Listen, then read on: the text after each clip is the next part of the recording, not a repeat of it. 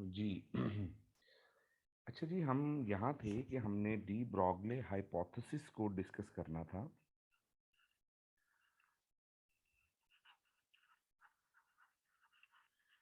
जिसको आप लोग ड्यून नेचर ऑफ मैटर कहते हैं।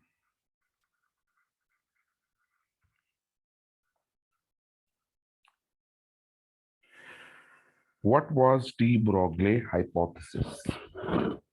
डी ब्रॉगले ने ये कहा कि आपके पास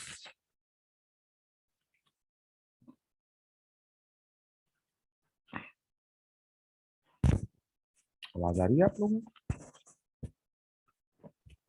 जी सर।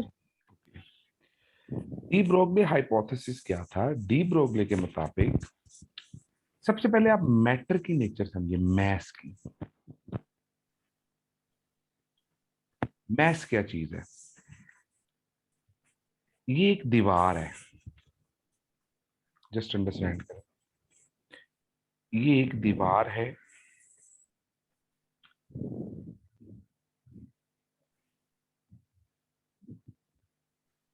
और इस दीवार में यहां एक खिड़की बनी हुई है। यहां पर एक आदमी खिड़की के उस तरफ खड़ा है, और यहां से एक आदमी है जो एक बॉल अपने हाथ में लिए इस आदमी की तरफ फेंक रहा है। तो बता सकता है कि ये बॉल इस आदमी तक कब पहुंचेगा? जब बॉल यहां होगा, क्या वो इस आदमी तक पहुंचेगा? नो। क्यों नहीं पहुंचेगा? सर दीवार है। शाबाश। ये बॉल यहां से अगर आए तो क्या इसके पास पहुंचेगा? डेफिनेटली। क्यों पहुंचेगा? Yes sir. क्योंकि यहाँ पे खिड़की खिड़की। है। अच्छा, इसका मतलब जहां पे दीवार होगी वहां पर, वहां से बॉल पास नहीं करेगा, और जहां पर दीवार नहीं है, खिड़की है, वहां से बॉल जो है वो पास कर जाएगा। अगर ये थ्योरी ठीक है तो मुझे ये बताएं, फर्ज करें मेरे पास ऐसी दो खिड़कियां हों।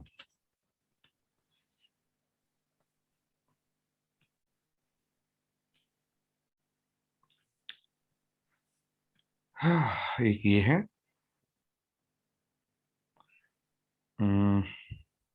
खैर मैं इसको इस तरह से दोबारा बनाता हूं।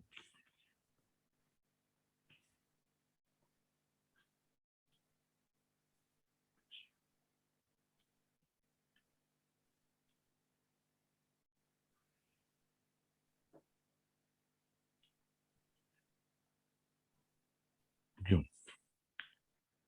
इसमें एक खिड़की ये बनी हुई है, और एक खिड़की ये बनी हुई है। आपने इस खिड़की से बॉल फेंका, सीधा वो आके कहाँ लगेगा? वो यहाँ कहीं आके हिट करेगा। फर्ज कर रहे हैं यहाँ कोई दीवार पड़ी हुई है, पीछे कोई कोई भी बंदा खड़ा है या कोई भी चीज है, वो यहाँ आके हिट करेगा। ठीक है? और अगर मैं यहां से कोई बॉल फेंक,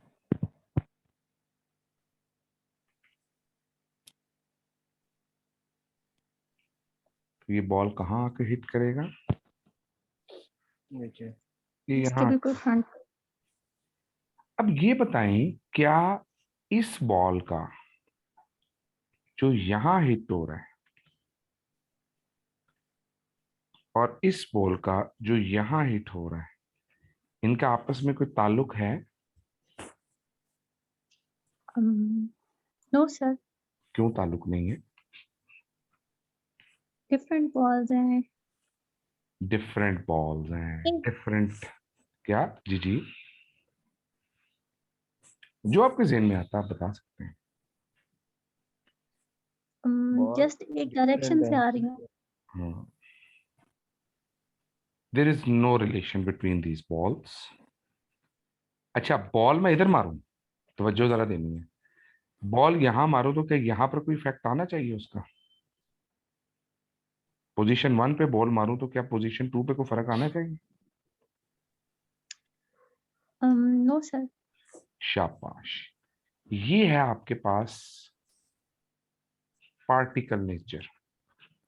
हम जनरली जो चीजें देखते हैं वो पार्टिकल देखते हैं ना, तो ये है हमारी particle nature. And according to this nature वो जो है वो उसके ऊपर स्ट्राइक स्ट्रोइक हिट शिट नहीं करेंगे। अब आते हैं जरा थोड़े से और इंटरेस्टिंग फैक्ट की तरफ। जहां समझ ना आए, मैं फिर कह रहा हूँ सारे स्टूडेंट्स को, मुझे वहां रोक लीजिएगा प्लीज। आप मुझे वहां रोक लेंगे, मैं इंशाल्लाह कोशिश करूंगा वो कोई प्रॉब्लम रिजॉल्व करके, हो सकता है कि आपके एक क्वेश्चन की वजह से बाकियों का भी फायदा हो जाए। अब आते हैं वेव नेचर के ऊपर।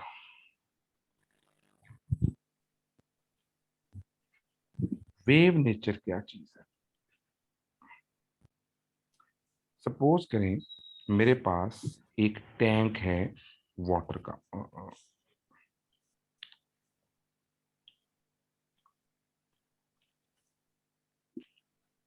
वो कुछ समझ भी आ रही है कि पहले भी खत्म हो गई?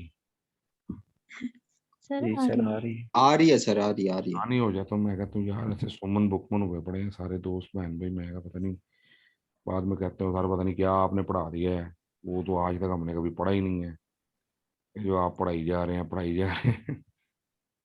नहीं खैर, सर, नहीं सर, आ रही है समझ। चले जहां समझ ना आए वहां पे रोक लेना है बिला झिझक, इजी होके।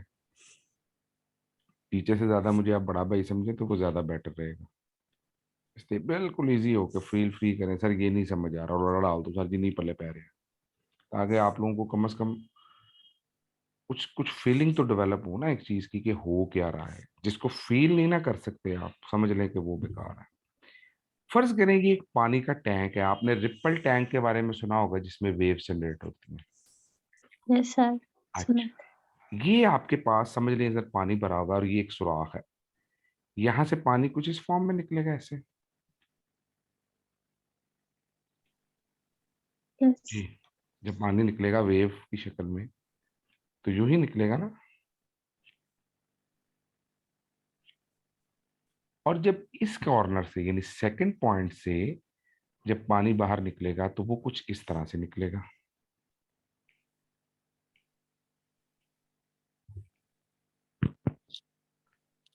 तो जल्दी से बताएं, क्या वेव्स एक दूसरे के साथ इंटरफेयर करती हैं?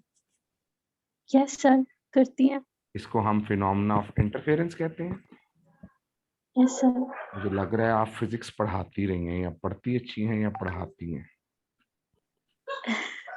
नहीं सर। गुड। इंटरफेरेंस की दो टाइप्स होती हैं। Destructive, constructive. कंस्ट्रक्टिव, यहां से $100 क्वेश्चन पूछने लगा हूं। कंस्ट्रक्टिव और डिस्ट्रक्टिव इंटरफेरेंस की वजह से कौन से ऑर्बिटल्स बनते हैं? um,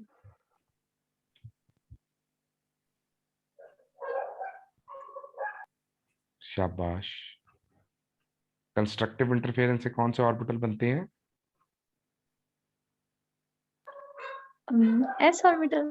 ओ नहीं। Circular orbital. किड़े कौन से?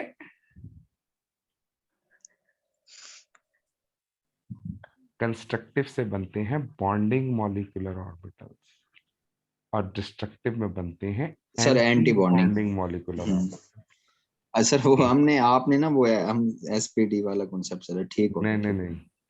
ये बॉन्डिंग और एंटी बॉन्डिंग मॉलिक्यूलर हम ऑर्बिटल नहीं, याद कंफ्यूज हो गए थे। रखिए। नहीं नहीं, कोई बात नहीं, कोई बात नहीं। तो यहां से आपको वेव नेचर भी समझ आ गई। अब वेव जो होती है Yes. इसका मैस नहीं होता, पार्टिकल का मैस होता है। इलेक्ट्रोमैग्नेटिक वेव्स हैं, इनका कोई वजन है? रेडियो वेव्स का कोई वजन है? No sir. इसका मतलब मैस की अपनी यानी पार्टिकल नेचर उसकी होगी जिसका को मैस शैस होगा, को वजन वजन होगा। तो आपके पास यही कंसिडर किया जाता था कि पार्टिकल्स और चीज हैं और वेव और चीज है। डी ब्रोगले का हाइपोथेसिस क्या था? डी ब्रोगले ने कहा आपके पास एक चीज जो मैस है वो वेव की तरह भी मूव कर सकती है। मैस किसका होता है? मैटर की डेफिनेशन देखे ना, तो मैटर की डेफिनेशन क्या है? Anything has mass. तो यस मैस सर। की डेफिनेशन पे जब जाए तो डी ब्रोगले ने ये कहा कि मैस हैज ड्यूल नेचर। उन्होंने कहा "ओ भाई तेरा थीसिस रिजेक्ट है, तेरी मेहनत पे फिर गया पानी"। क्योंकि आप देखो ना, आप मुझे बताएं सोच के, क्या ये मुमकिन है कि मैं कहूं कि भाई एक चीज पार्टिकल है और वो वेव भी है, और एक चीज वेव है वो पार्टिकल भी है? कुछ समझ आती है? अगर वो चीज पार्टिकल है और वेव भी है तो उसको आपस में कौन सी इंटरफेरेंस करनी चाहिए? क्या बात, डिस्ट्रक्टिव, उसको कंस्ट्रक्टिव डिस्ट्रक्ट, डिस्ट्रक्टिव, दोनों दोनों ही हो सकती है ना। उसको इंटरफेरेंस करनी चाहिए, वो कंस्ट्रक्टिवली भी इंटरफेयर करे, वो डिस्ट्रक्टिवली भी इंटरफेयर करे, अगर वो वेव है तो। और अगर वो पार्टिकल है, आप पार्टिकल को वेव कह रहे हैं तो वेव वाली प्रॉपर्टीज होंगी तो आप उसको वेव कहेंगे ना। अगर उसमें वेव्स वाली प्रॉपर्टीज ही नहीं होंगी तो आप उसको वेव्स तो नहीं कहेंगे ना। मेरी बात फॉलो यस की सर। आपने? जी सर। जी सर, जी अब जी। उसके पास थ्योरेटिकल एविडेंस क्या था? ये उसकी थ्योरेटिकल अप्रोच थी। थ्योरेटिकल अप्रोच लिखता हूं और फिर इसके प्रैक्टिकल की तरफ जाऊंगा। Theoretical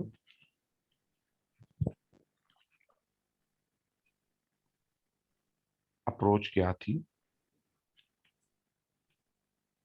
E is equal to H F, ये है आपके पास प्लैंक्स थ्योरी, और E is equals to M C square, ये है आइंस्टाइन की थ्योरी। अगर हम इन दोनों थ्योरीज को कंपैरिजन करें तो हम कहते हैं ये थ्योरी है वेव के लिए क्योंकि फ्रीक्वेंसी इन्वॉल्व हो रही है, और ये थ्योरी है पार्टिकल के लिए क्योंकि आपके पास मैस इन्वॉल्व हो रहा है। डी ब्रोगली ने क्या किया? उसने कहा ये दोनों बराबर है। अगर ये दोनों बराबर हैं तो एम सी स्क्र किसके बराबर आना चाहिए? अच्छा, ठीक है। और जो आपके पास एम सी स्क्र है, अगर मैं इसको लिखूं एम और सी स्क्र को लिखूं वी स्क्र। अच्छा, अगर मैं वी क्यों लिख रहा हूं? क्योंकि अगर स्पीड ऑफ लाइट जितनी स्पीड ना हो किसी चीज की तो फिर तो हम उसको वी लिखेंगे ना, वेलोसिटी लिखेंगे, is equal to yes sir. H F. किसी को याद है V is equal to F lambda होता है, यस और सर। एफ यस की सर। वैल्यू यस, आ जाएगी वी बाय लैम्डा। तो अगर ये बातें हमारे जहन में बैठ जाती हैं, अगर ये चीजें हमें तंग नहीं करती, तो अब हमारे लिए चीजें बड़ी आसान हो जाएंगी। एज वी नो, हम ये पहले से जानते हैं। इसकी वैल्यू पुट करें यहाँ पे तो मैं कह सकता हूं M V square is equal to H V over lambda. ये वी इस वी स्क्र से कट के हमारे पास आ गया एम वी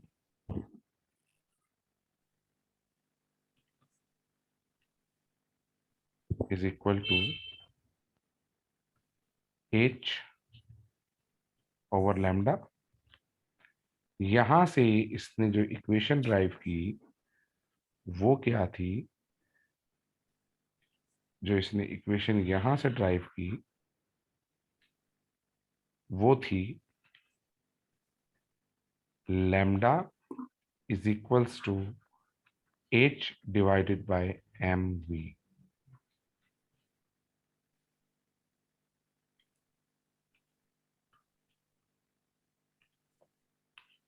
ये हाइपोथेसिस था, कोई प्रूवन थ्योरी नहीं थी, एक हाइपोथेसिस था सिर्फ, जिसकी पब्लिकेशन हो गई और डी ब्रॉगली ने एक पब्लिकेशन कर दी, उसका थीसिस अप्रूव किया आइंस्टाइन ने कि जी ऐसा मुमकिन है, लेकिन इसका कोई प्रैक्टिकल एविडेंस नहीं था। फिर क्या हुआ?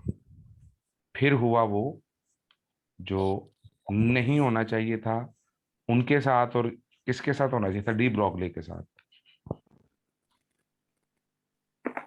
डेवियन एंड जर्मर एक्सपेरिमेंट। आपको पता है डेवियन एंड जर्मर एक्सपेरिमेंट क्या था? उसने, यार आप लोगों ने जिन्होंने मास्टर्स किया हुआ है ना, उनको पता होना चाहिए इसके बारे में। उन्होंने सबसे पहले यूं ठहरो, उन्होंने यूं एक प्लेट ली निकल की,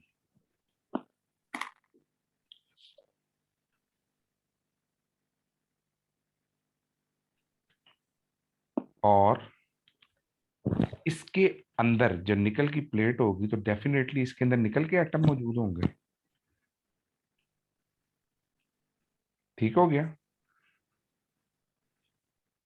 बात बड़ी तवज्जो से सुनने वाली है जी बच्चों, समझ आ रही है इसकी हल्की हल्की? जी सर, आ रही है। अच्छा जी।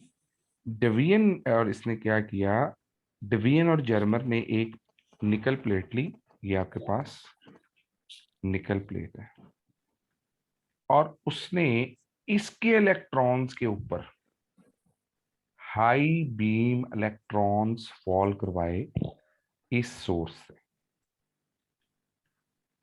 किसी इलेक्ट्रॉन सोर्स से उसने हाई बीम इलेक्ट्रॉन्स जो थे वो क्या किए, वो इसके ऊपर उसने फॉल करवाए। जब हाई बीम इलेक्ट्रॉन्स इसके ऊपर फॉल करते हैं तो इलेक्ट्रॉन, ये देखो यहां से इलेक्ट्रॉन आके इसके अंदर टकराए। इलेक्ट्रॉन की नेचर क्या होनी चाहिए थी? पार्टिकल के वेव, क्योंकि इलेक्ट्रॉन का मास मौजूद है, and the mass of electron particle particle. Particle होनी चाहिए ना। इसका मतलब इलेक्ट्रॉन का जो पैटर्न आना चाहिए, यानी इलेक्ट्रॉन जब इन निकल एटम्स के साथ टकराए तो उन्होंने यहां पर रिफ्रैक्शन शो करना शुरू कर दी। इंसिडेंट एंगल और था, रिफ्लेक्टेड एंगल और था, और जब उन्होंने इसको स्टडी किया तो उन्हें समझ आई कि इस इलेक्ट्रॉन के अंदर तो डायफ्रैक्शन हो रही है, या दूसरे लफ्जों में कह लें इसके अंदर इंटरफेरेंस हो रही है। किन इलेक्ट्रॉन्स में? निकल के और कमिंग इलेक्ट्रॉन्स में। तो इंटरफेरेंस किसका फिनोमिना है? वेव्स का। वेव का। वेव जबकि कर कौन रहा है? पार्टिकल। इलेक्ट्रॉन। इलेक्ट्रॉन कर रहे हैं, पार्टिकल। पार्टिकल इसका मतलब इलेक्ट्रॉन का भाई मैस है, इलेक्ट्रॉन मैस है जी 9.1 इंटू 10⁻⁻31 किलोग्राम। 30। वो कहता है जी अगर ये कर रहे हैं तो इसका मतलब ये इंटरफेरेंस कर रहे हैं तो वेव्स हैं, और ये पार्टिकल मैस प्रूफ हो चुका है। तो यहां से इन लोगों ने जिस बात को प्रूव किया उस पर इनको नोबेल प्राइज मिला। ये मैं आपको दिखाता हूँ अभी इसका जो प्रैक्टिकल था ना, डेवियन एंड जर्मर एक्सपेरिमेंट का, जस्ट फॉर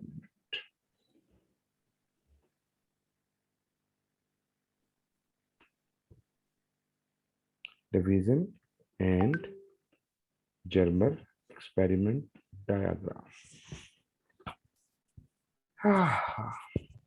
ये देखिएगा जरा, इंसिडेंट एंगल हो रहा है और रिफ्लेक्टेड एंगल हो रहा है, ये देख रहे हैं इलेक्ट्रॉन बीम। और ये क्या है? Diffraction, diffracted electron beam. Diffraction किसका फिनोमिना होता है? वेव्स का। पार्टिकल्स का ये फिनोमिना नहीं नहीं होता। नहीं होती। होता। ये देखें 1924 में डी ब्रोगली हाइपोथेसिस, 1927 में जेमियन एंड जर्मन एक्सपेरिमेंट, 1925 में डी ब्रोगली। को नोबेल प्राइज नहीं, असल में इनका शेयर्ड नोबेल प्राइज था। वैसे मैंने एक जगह पढ़ा था कि डी ब्रॉगले को नहीं दिया गया था। खैर, ये देखें, ये इलेक्ट्रॉन आकर टकरा रहे हैं, और ये देखें ये डायफ्रैक्शन पैटर्न में एंगल डिफरेंट हो रहा है। ये देखो, आने के एंगल और ऐसे का एंगल और। बात समझ आई इस पिक्चर की? यस ये देखें, यस सर। इसका मतलब क्या हुआ कि डवियर एंड जर्मर एक्सपेरिमेंट जो था, उसने ये बात प्रूव की कि भाई डी ब्रॉगले का हाइपोथेसिस ठीक था। Einstein was the person who was able to understand कि वाकई ही उसका जो एक्सपेरिमेंटल बात है। इसकी एनिमेशन है, मैं देखता हूँ अगर इसकी एनिमेशन मिल जाए ना। भी दिखा तो हुआ था। चलिए, अगर इसकी एनिमेशन मिलती है ना तो हम अभी इसको देख लेते हैं। हाँ, ये YouTube पे है। बस 1 मिनट लगेगा, 1-2 मिनट की वीडियो है। जरा देखते हैं कि ये वीडियो क्या कहती है। आप जब इसको पढ़ रहे होते हैं ना तो आप इसको थोड़ा बहुत जरा रंग रूंग देखा करें इसके। देखो कि कैसे कैसे, मतलब ओ यार इसका बड़ा रोना होता है।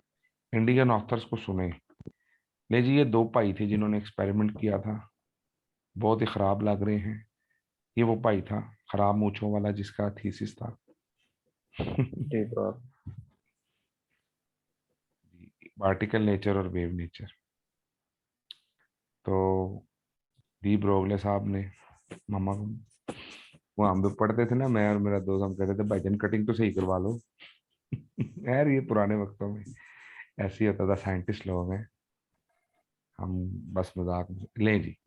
ये है निकल प्लेट, और इसके ऊपर उसने क्या किया है, इसके ऊपर उसने यहां से इलेक्ट्रॉन स्ट्राइक करवाए हैं। ये है डिटेक्टर। यस अब जरा इसका एक्सपेरिमेंट देखो। केमिस्ट्री को अगर सीखना है ना तो इसके एक्सपेरिमेंट्स को आप जरूर देखा करें। जिन्होंने 2023 में अपीयर होना ना, मेरी उनसे बड़ी रिक्वेस्ट है कि वो काइंडली इन वीडियोस को और इन चीजों को लाजमी देखें। इससे ना कंसेप्ट डेवलपमेंट होती है। ओए लेवल्स की किताबें पढ़ें। ये देख रहे हो, ये पैटर्न वो डिटेक्टर के पास जा रहा है जब इलेक्ट्रॉन स्ट्राइक कर रहे हैं। अच्छा, अब ये डिटेक्टर मूव करेगा, देखना। वीडियो सही नजर आ रही है ना सबको? यस सर अब देखते जाए।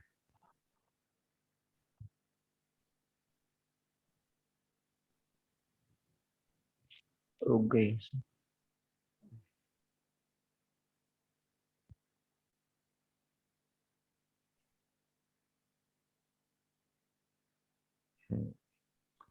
ये डिटेक्टर ना इधर मूव कर रहा होता है, ये चीज। अब वो मूव करके देख रहा है, और वो मूव करके उसके डिफरेंट एंगल्स को स्टडी कर रहा है। मैक्सिमम इंटेंसिटी कब आएगी, ये देखो नीचे लिखा हुआ है, the maximum intensity was due to constructive interference, the phenomena continued only by waves। Yes sir तो यहां देखें जरा, मैक्सिमम जा रहा है 444 वोल्ट, 48 वोल्ट, 54 वोल्ट और 64 वोल्ट। तो ये देखें मैक्सिमम कहाँ जा रहा है, 54 वोल्ट पे। ये ऑब्जेक्टिव पूछते हैं एमएससी में, मैं तो आया था पंजाब यूनिवर्सिटी में कि कितने वोल्टेज था उसका, और ये देखें उसकी वैल्यू भी साथ गिवन है।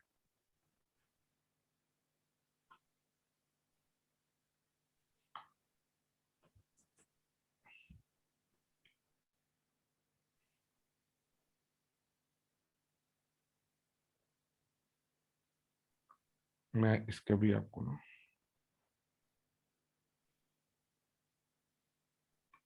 स्क्रीनशॉट वो भेजता हूँ,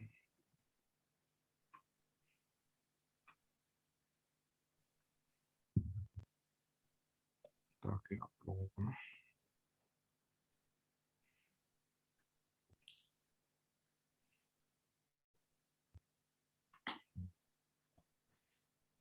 अच्छा जी। तो डी ब्रॉगले हाइपोथेसिस, इसका एक्सपेरिमेंट, डेवियन एंड जर्मर एक्सपेरिमेंट, ये 3 चीजें आप लोगों को समझ आई? Yes, sir. Yes. Just for a minute मैं आपको उसका जरा स्क्रीनशॉट भेज दूं ताकि आप लोगों के पास रिकॉर्ड रह जाए। अच्छा, अब जब आ जाए ना तो ऐसी जो डायग्राम है ना जो मैंने अभी भेजी है आपको पिक्चर, उसको आपने ऐसे हल्का फुल्का सा बना देना, बस ऐसे बना के एंगल उंगल लिख दें। ये बड़ी मजे की पिक्चर थी। ये एंगल, एक्सेलरेटेड इलेक्ट्रॉन और ब्रैग्स इक्वेशन लगी। ब्रैग्स इक्वेशन किस पे लगती है? ये 2d साइन थीटा। और उसके जरिए पता चल गया कि भाई इसके अंदर ड्यूल नेचर है। तो इलेक्ट्रॉन्स के हवाले से फिर ये कॉन्सेप्ट डेवलप हुआ कि जो इलेक्ट्रॉन्स हैं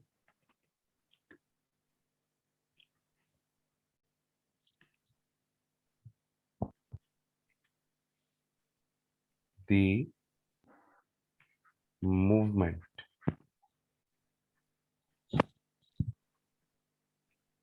ऑफ मैस। आप और मैं भी जब चलते हैं तो आपको पता है हम भी वेव्स पैदा करते हैं, हमारी बॉडी में से भी वेव्स निकलती हैं। इसकी मिसाल लेते हैं इस इक्वेशन के अंदर पुट करके। इक्वेशन क्या कहती है? अकॉर्डिंग टू दिस इक्वेशन हमारे पास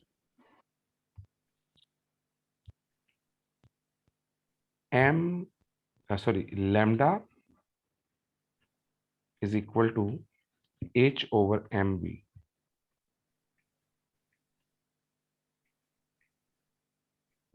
ठीक हो गया? अब जो मैस है, फर्ज करो if mess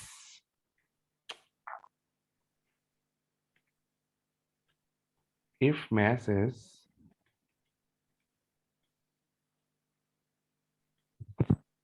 1 gram and velocity is equals to 100 meters per second, तो लैम्डा की वैल्यू क्या होगी? Lambda will be equal to H की वैल्यू होती है 3.3 इंटू 10⁻⁻34 जूल सेकेंड। एम की वैल्यू क्या है? ये वैल्यू देख One. लीजिएगा, 1 ग्राम है ना, इसको मैं लिख सकता हूँ 10⁻³ kilogram. Yes. Yes, sir. sir. और यहाँ पर आप इसको 100 है तो इसको कर लो कन्वर्ट मीटर पर सेकंड से किलोमीटर पर आवर में। फर्ज कर लो चलो 100 किलोमीटर पर आवर है, चलो सर्च कर लेते हैं। मैंने लिख दी। जब मैं इसको यहाँ पर मल्टीप्लाई करूंगा तो मेरी लैम्डा की वैल्यू आएगी अप्रोक्सीमेटली, ये 100 है, इसका स्केयर हो जाएगा, बेसिस सेम हो तो पावर ऐड हो जाती है, नीचे -1 आ जाएगा, ऊपर +1 हो जाएगा, तो आपके पास वैल्यू आएगी अप्रोक्सीमेटली 10⁻⁻³ सर ये प्लैंक्स कांस्टेंट की आई थिंक ओ सॉरी 6.03 हाँ, होती है। 6 पॉइंट, बिल्कुल ठीक है, मैंने गलत लिख दी होगी, 6.4 है शायद, 6.7 हो, या 4 है या 7 है, चले है ठीक है, वो 4 आप है सर, 4 है। 4 है ठीक है। असल में वो मुझे देर होगी ना जरा थोड़ा प्लैंक्स को, तो वो मुझे जैसे याद थी, तो वो किताब तो मैंने रखी नहीं होती इस तरह से कि मुझे याद रहे, लेकिन चलो खैर ठीक है, ये 33 आ गया। और अच्छा यहाँ पर जो भी वैल्यू आएगी, फर्ज कर लेते हैं 3 आ गई सपोज, या 6 आ गई, ये कितनी है? 10⁻⁻33। 10⁻⁻33 इतना छोटा फैक्टर है, इतना छोटा फैक्टर है कि आप इस वेव को फाइंड ही नहीं कर सकते। क्यों?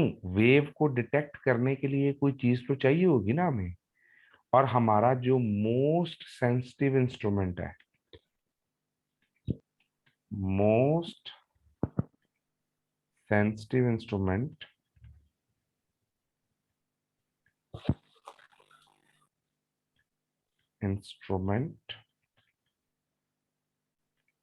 कैन डिटेक्ट 10⁻⁻10 मीटर और ऑंगस्ट्रॉम। इससे छोटी अगर वैल्यू होगी तो वो फाइंड आउट नहीं की जा सकती। तो क्या आप इसकी वेव फाइंड कर सकते हैं? No sir. नो। फर्ज कर ले ये कौन सी बॉडी की बात हो रही है? ये बात हो रही है मैक्रो बॉडी की। अभी जो हमने पढ़ा है ये है मैक्रो बॉडी। अब आ जाते हैं माइक्रो बॉडी में। तो भाई माइक्रो बॉडी का तो बड़ा आसान काम है। आपके पास मैस है जी इलेक्ट्रॉन का 9.1 इंटू 10⁻⁻31 किलोग्राम, और इसकी वेलोसिटी कोई अप्रोक्सीमेट है, मैं देख लेता हूँ वेलोसिटी। इंटरमीडिएट की किताब में लिखी हुई है।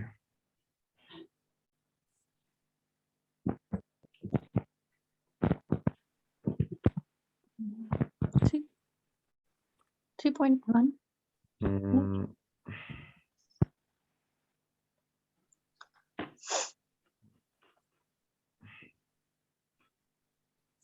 मीटर आ गया, सॉरी।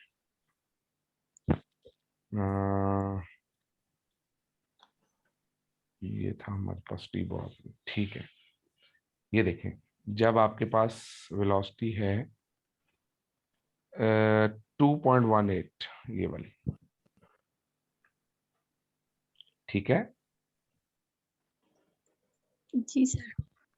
तो जब आपके पास इतनी छोटी वेलोसिटी होगी 2.18 दैट इज 6, सॉरी इतनी बड़ी वेलोसिटी 2.1 इंटू 10⁻6, 2.1 इंटू 10⁻6।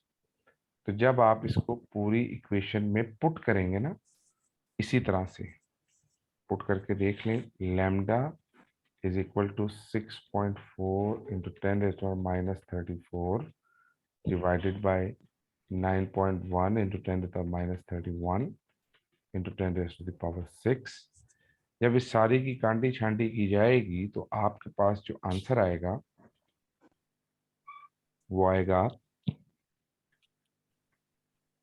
3.3 आंगस्ट्रॉम, और ये वैल्यू डिटेक्टेबल है।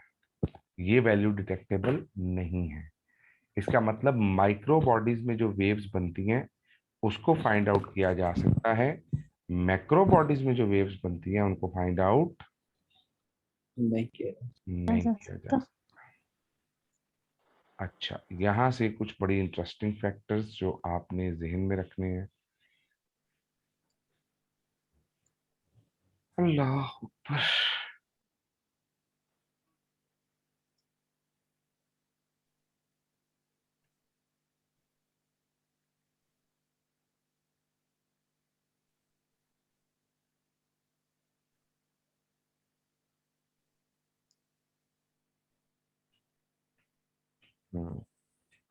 तो यहां से याद रखें, जब कभी मूवमेंट ऑफ इलेक्ट्रॉन्स की बात आएगी तो इसकी कंक्लूजन बनाते हैं,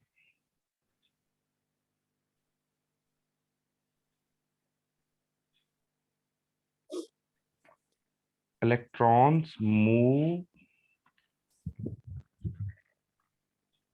electrons move like a wave and hits like a particle. particle। इसीलिए इलेक्ट्रॉन्स आयोनाइजेशन भी करवा सकते हैं, जब दूसरे इलेक्ट्रॉन के साथ टकराएंगे तो उसको मूव करवा देंगे। ये उसकी कौन सी नेचर हो जाएगी? ये उसकी पार्टिकल नेचर हो जाएगी। जबकि उसकी वेव नेचर क्या होगी कि वो कंस्ट्रक्टिवली और डिस्ट्रक्टिवली इंटरफेरेंस करते हैं। तो इलेक्ट्रॉन्स यूं घूमते हैं, ये देखो, ये सर्कुलर पाथ है ना, अगर मेरे पास ये न्यूक्लियस है और ये उसके इर्द गिर्द शेल है इस तरह से, तो बच्चे इलेक्ट्रॉन्स इसमें कुछ इस सूरत में घूम रहे होते हैं। ये देखना। हम्म, ऐसे घूम रहे होंगे।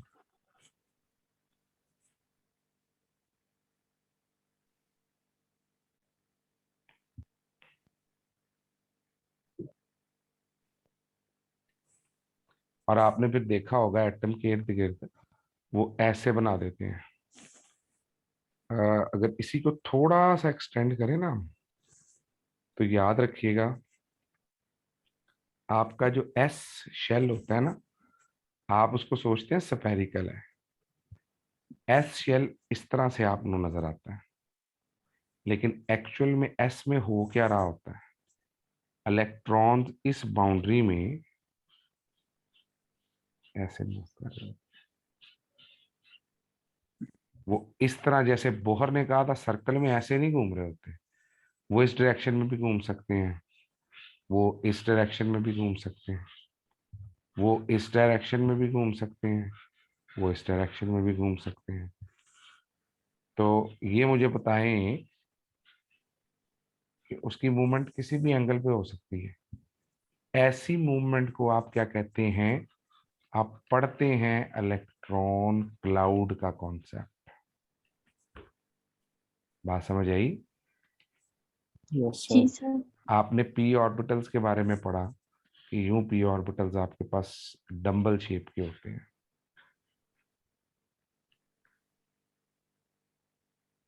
ये फर्ज कर लें कि पी एक्स है, इलेक्ट्रॉन्स इसमें किस तरह से मूव करेंगे?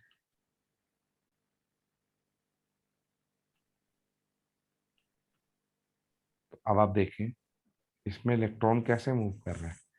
इसमें इलेक्ट्रॉन इस तरीके से मूव कर रहा है।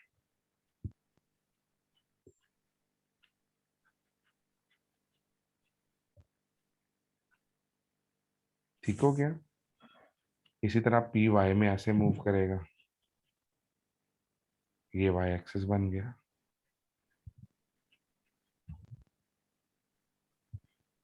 और इसी तरह से वो पीसी में। जी एक्सिस में मूव करता है। ये बात पल्ले पड़ रही है कि पहले भी गायब हो गई? सर समझ आ रही। वो वाकई समझ आ जाती है कि बस एवं ही मेरा दिल दुल रखने के लिए कह देते हैं आप लोग? नहीं सर, आ रही है। अच्छा जी, चले। तो आपके पास ये तीन एक्सिस आ गए, तो आपके पास इलेक्ट्रॉन यूं मूव करते हैं, इसीलिए इलेक्ट्रॉन क्लाउड भी कहा जाता है इसको। ठीक है, तो ये पॉइंट आप लोगों ने जहन में रखना है। आज की जो हमारे टॉपिक्स थे उसमें Bohr model, de Broglie hypothesis, Debian and Germer experiment, और इसके साथ हम लोगों ने हाँ ये तीन किए हैं। अब आपकी क्लास होपफुली शायद कल, मेरे ख्याल से कल नहीं होगी, परसों मैं इसको कोशिश करूंगा कंडक्ट करने की। वैसे आपकी